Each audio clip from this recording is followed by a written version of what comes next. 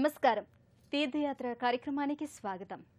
అందరికి ఆధారమైన ఆదిపురుషుడితడు అన్నట్లుగా శ్రీహరి తన నారాయణ తత్వాన్ని ప్రస్ఫుటంగా ప్రకటించి ఎన్నో అవతారాలు దాల్చాడు. దుష్ట శిక్షణ, శిష్ట రక్షణ చేసి అనేక పేర్లతో పిలువబడిన మహామహితాత్ముజుడు ఆ రంగనాథుడొక్కడే. రంగసాయిగా, విశ్వసాయిగా, భక్తార్తి భంజనుడు అయిన శ్రీరంగనాథుడు కొలువైన క్షేత్రం తత్తూరు. నేటి తీర్థయాత్రలో తత్తూరులోని శ్రీరంగనాథ క్షేత్రాన్ని, సూర్య దేవాలయాన్ని దర్శిద్దాం.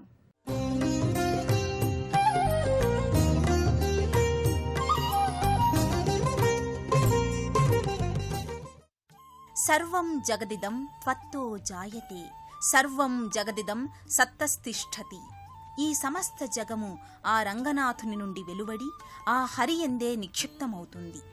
శిలను, జంతువును, మనిషిని నారాయణ తత్వంలో మేళవించిన అద్భుత దివ్యావిష్కారం శ్రీహరి అవతార విశేషం. సకల ప్రాణికోటి హృదయాంతరాళములందు ఆత్మస్వరూపుడై దివ్య ప్రభాజ్యోతి అయి ప్రకాశించు ఆ హరి రంగనాథునిగా అవతరించాడు. ఆకుపచ్చని పసిడి అందాలు, ప్రకృతి సౌందర్యం మధ్య శ్రీ రంగనాథ క్షేత్రం విలసిల్లుతోంది. పంచకలశాల గాలిగోపురం వివిధ ప్రాంతాల నుంచి తరలివచ్చిన యాత్రికులను సాదరంగా ఆహ్వానిస్తుంది.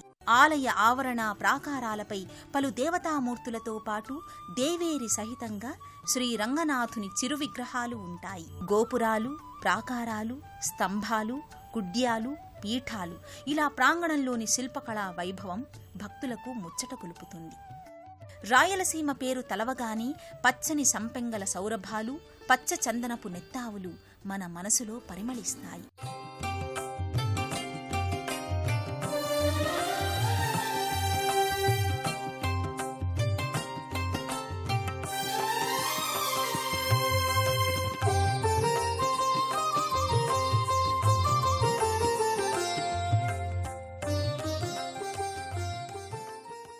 ఆలయ ఆగమాన్ని ప్రదర్శించే సమున్నతమైన ధ్వజస్తంభం ఆకాశ వీధులకు రంగనాథ ప్రభను చాటుతున్నట్లుగా ఉంటుంది.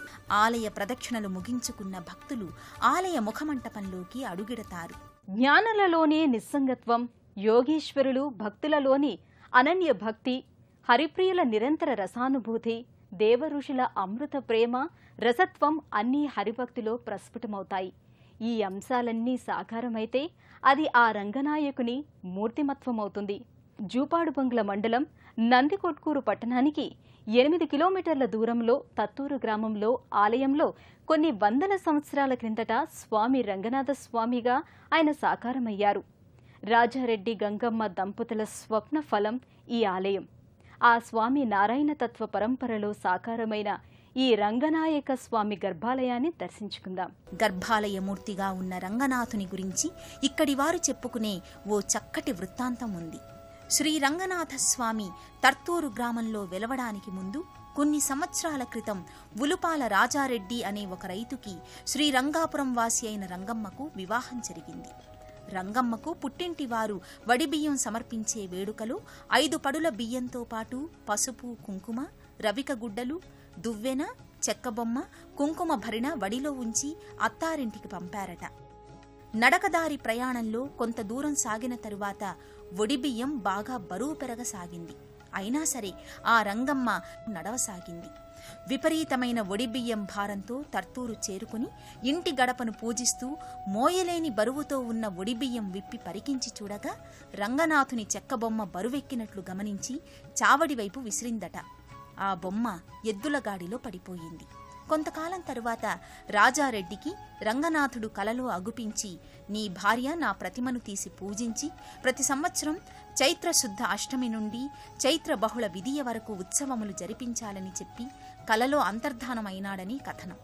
అప్పటి నుండి క్రమం తప్పకుండా ఈ వేడుక జరుపుతున్నట్లుగా ఇక్కడి ప్రజలు చెప్పుకుంటారు. గర్భాలయంలో పట్టుపానుపుపై పవళించిన విధంగా శేషశయ్యపై శయనించిన భంగిమలో చిద్విలాసుడై శ్రీ రంగనాయకుడు దర్శనమిస్తాడు. మురిపించి లాలించి ముచ్చటల తేల్పే ఆ జగన్మాతను ప్రక్కన పెట్టుకుని చిరునగవులొలుకుచూ భక్తులకు ఆశీస్సులు అందచేస్తుంటాడు. నల్లని శిలారూపంలోనూ దివ్యమైన తేజస్సుతో తేజరిల్లుతున్న రంగనాథస్వామి పంచపడగల శేషుని పడగల ఛత్రం కింద పవళించి ఉంటాడు. ఆ మూల విరాట్టుకి పాదభాగాన మరో చిరు విగ్రహం రజత చిరుమందిరం వంటి దానిలో ఉంటుంది. బహుశా ఆ విగ్రహమే గర్భాలయంలో ఉంచిన చిరు ప్రతిమ అయి ఉంటుంది. ఆ చిరు విగ్రహాన్ని చూడగానే అది ఎంతో మహిమాన్వితమైనదిగా అనిపిస్తుంది. మూల విరాట్టుకు జరిగినట్లుగానే ఈ చిరు ప్రతిమకు కూడా సకలోపచారాలు అనుదినమూ చేస్తారు. చాలా క్షేత్రాలు సాధారణంగా తూర్పు అభిముఖంగా ఉంటాయి. ఈ దేవాలయం తూర్పు ఈశాన్య దిక్కు ఉన్నట్లుగా గోచరమవుతుంది. ఇటువంటి ఆలయ దర్శనం వల్ల విజయం సిద్ధిస్తుందని శాస్త్రవచనం. గర్భాలయంలో ఉన్న స్వామి దర్శనం కోసం భక్తులు బారులు తీరుతారు. ఆలయ లోపలికి ప్రవేశించి స్వామిని దర్శించుకుంటారు. నమో నమో శ్రీహరి గోవింద గోవింద, నమో నమో హరి హరి గోవింద గోవింద, శ్రీనివాస పాహి మాం, శ్రీ వెంకటేశ రక్ష మాం, తిరుమలేశ పాహి మాం, శ్రీ వెంకటేశ. అప్రాకృత జగంలో ముక్తిలోకం, వైకుంఠం, గోలోకం అని 3 లోకాలు ఉన్నాయని నారాయణ ఉపనిషత్తు చెబుతుంది. ఈ గోలోకాన్ని మహారాస మండలి అని, నిత్య వసంత హేళి అని, శ్వేత మండలి అని అంటారు. ఇది మహారస జగత్తు. ఈ రస జగత్తుకు ప్రభువే విష్ణువు. అటువంటి రసలోకాధిపతి దేవేరి లక్ష్మీదేవేరి. సకల శుభంకరి అయిన లక్ష్మీదేవి ఈ ఆలయములో వైభవోపేతంగా కొలువుదీరింది. మనము దర్శించుకుందాం రండి.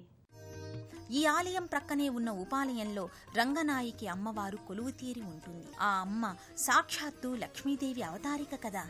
గర్భాలయంలో ఆ తల్లి చతుర్భుజాలతో సర్వభూతహిత ప్రదాయిని అయి విరాజిల్లుతోంది. పసుపు పచ్చదనం హిందువులకు ఎంతో శుభప్రదాయకం. అటువంటి శుభప్రదమైన పీతాంబర వర్చస్సుతో రంగనాయికి అమ్మవారి ముఖారవిందం వెలుగొందుతోంది. చూసినంతనే సకల శుభములు కలుగుతాయా అన్నంత దివ్యంగా ఆమె దర్శనమిస్తుంది. ఆ దివ్య రూపిణిని దర్శించుకుని తన్మయులై భక్తి శ్రద్ధలతో కైమోడ్పులర్పించుకుంటారు భక్తులు. శ్రీ ఛాయా ఉషా సమేత శ్రీ సూర్యనారాయణ స్వామి వారి ఆలయం ఈ దేవాలయానికి సమీపంలోనే నెలకొని ఉంది. భక్తులు ఆరాధించి ప్రేమించి ఉపాసించే దైవం ఈ సూర్యనారాయణుడు. ఆరోగ్య ప్రదాత, ఐశ్వర్య, జ్ఞానప్రదాత అయిన సూర్యదేవుని తత్వాన్ని ఈ దివ్య సన్నిధి వ్యక్తీకరిస్తోంది. ఈ దేవాలయానికి కొంత దూరంలో నందికొట్కూరు పట్టణంలో త్రిమూర్త స్వరూపమైన శ్రీ సూర్యనారాయణుడు నెలకొని ఉన్నాడు. దేశం మొత్తం మీద ఈ సూర్యదేవుని ఆలయాలు ఎంతో అరుదుగా దర్శనమిస్తాయి. సూర్యదేవుని ఆలయ ప్రవేశద్వారం ఎంతో ఆకర్షణీయంగా ఉంటుంది. ఆ ద్వారం పైన సప్తాస్వరూఢుడైన సూర్య భగవానుడు కొలువై ఉంటాడు. ఆదిత్యుని గర్భగృహంపై ఉండే విమాన గోపురంపై పలు వైష్ణవ దేవతల శిల్పాలు వర్ణరంజితంగా నెలకొని ఉంటాయి. సూర్యనారాయణ అనే పదానికి సర్వ ఆకర్షణశీలుడైన వాడని అంటారు. ఆ భాస్కరునికి ఎన్నో పేర్లు. ఉదయం బ్రహ్మస్వరూపం, మధ్యాహ్నం మహేశ్వర స్వరూపం, సాయంకాలం సదా విష్ణు మూర్తిమత్వంతోనూ సూర్యుడు దర్శనమిస్తాడు. ఇలా త్రిమూర్తి తుదావాకరః అని ఆ పురాణోక్తి తగునట్లుగా సర్వజనాకర్షణగా స్వామి నెలవు గోచరమవుతోంది. ఈ లోగిలికి చేరుకున్న భక్తుల హృదయారవిందాలు ఆనంద సందోళితమై దివ్య ఆధ్యాత్మిక అనుభూతి సీమలో విహరిస్తాయి. ప్రత్యక్ష దైవమైన ఆదిత్యుణ్ణి ఉపాసించటం వలన బుద్ధి వికాసంతో పాటు సర్వాభీష్టములు నెరవేరుతాయి. ఆ దేవుని ఉపాసన భారతదేశంలోనే కాదు వివిధ దేశాలలోనూ ఉన్నట్లుగా పురాణాలు, చరిత్ర గ్రంథాల వలన స్పష్టమవుతోంది. గర్భాలయంలో సూర్యదేవునికి హారతులు, నివేదనలు అతి వైభవంగా నిర్వహిస్తారు. శ్వేత పద్మాధరుడు, ఏకచక్రధరుడు అయిన ఆ సూర్యనారాయణుడు అతి తేజోరూపుడై భక్తులకు దర్శనమవుతాడు. గర్భాలయ మూల విరాట్టుగా నెలకొన్న ఆ సూర్య భగవానుని ప్రతిమ పరమ విశిష్టమై వెలుగొందుతూ ఉంటుంది. కృష్ణశిలలో ఏకశిలా రూపునిగా ఆ సూర్యనారాయణుడు తన సప్తాశ్వాలతో ఉంటాడు. ఆ సూర్యదేవుడు భక్తులకు ప్రతినిత్యం గగనతలాన కనిపించే ప్రత్యక్ష దైవం. గర్భాలయ మూర్తిగా రుధిరవర్ణ పట్టు ధోవతి, తగిన ఆభూషణాలు ధరించి కనబడతాడు. సకలోపచారాల అనంతరం తేజోవంతుడైన ఆ సూర్యనారాయణునికిచ్చే హారతిని దివ్య జ్యోతిగా భావించి కనులకు అద్దుకుని తీర్థప్రసాదాలు స్వీకరిస్తారు భక్తులు. మనసారా ఆ సూర్య భగవానుని దర్శించుకుని ఎంతో భక్తి శ్రద్ధలతో కైమోడ్పులర్పిస్తారు. మనస్సు నిండా ఆ సూర్యదేవుని దివ్య ప్రభను నింపుకుని ఆనంద పరవశంతో పులకితులవుతారు. ఆలయ ముఖమంటపంలో గర్భాలయానికి ఒక ప్రక్కన వినాయకుని ప్రతిమ ఒక చిరుమందిరంలో ఉంటుంది. కుడివైపుకు తిరిగిన తొండంతో అమృత కలశాన్ని ధరించి ఉంటాడు గణేశుడు. కోరిన వెంటనే కోర్కెలు ఈడేర్చే వరసిద్ధి వినాయకునిగా ఆ స్వామి కనిపిస్తాడు. మరోవైపు ఉన్న చిరుమందిరంలో శ్రీపాద వల్లభ దత్తాత్రేయుల వారు ఉంటారు. త్రిమూర్త స్వరూపుడైన దత్తపాదుల వారికి వేనవేల నమస్కృతులు చెల్లించుకుంటారు భక్తులు. సూర్య భగవానుని ప్రధాన ఆలయానికి ప్రక్కగా దక్షిణ దిక్కున పరమశివుని ఉపమందిరం ఉంటుంది. ఆ విశ్వేశ్వరునకు అభిషేకం కన్నుల పండుగగా నిర్వహిస్తారు.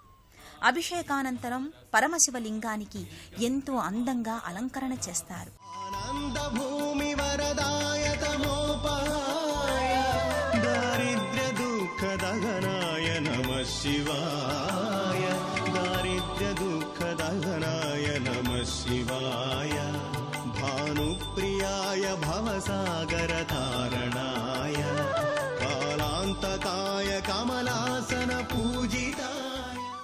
ఇన్ని విశేషాలున్న ఈ హరి అచ్యుతుడు నరవరుడు అయిన ఈ రంగనాయక స్వామి మరియు ఇష్టార్థ ప్రదాత ప్రసీద మమ భాస్కరుడు అయిన సూర్యదేవుని దివ్యకిరణాలు మన జీవితాలకు వెలుగుబాటలై దారి చూపాలని ప్రార్థిస్తూ మరో తీర్థయాత్రలో కలుసుకుందాం.